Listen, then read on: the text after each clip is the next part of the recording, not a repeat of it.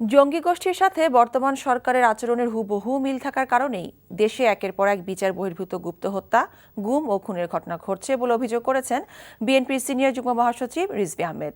দলের পক্ষ থেকে সকালে রাজশাহী বিশ্ববিদ্যালয়ের অধ্যাপক রেজাউল করিম সিদ্দিকীর পরিবারের সাথে দেখা করতে গিয়ে সাংবাদিকদের একথা বলেন রাকসুর এই সাবেক ভিপি।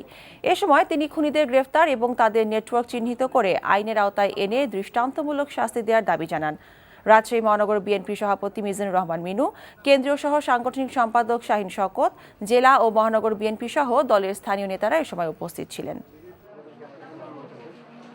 এই সরকারও দেখবেন যে একদলীয় শাসন ব্যবস্থা করেছে। এরা কোনো গণতন্ত্রের ন্যূনতম যে নর্মস সেটাকে তারা মান্য করে না, তারা সমালোচনা সহ্য করতে পারে না, তারা বিরোধী দল সহ্য করতে পারে না। বিচার বহির্ভূত হত্যা, গুপ্ত হত্যা, গুম খুন এটাই হচ্ছে তাদের শাসন পরিচালনার অন্যতম শর্ত। সুতরাং জঙ্গিদের সাথে এই সরকারের আচরণের একেবারে হুবহু মিল পাওয়া যায়।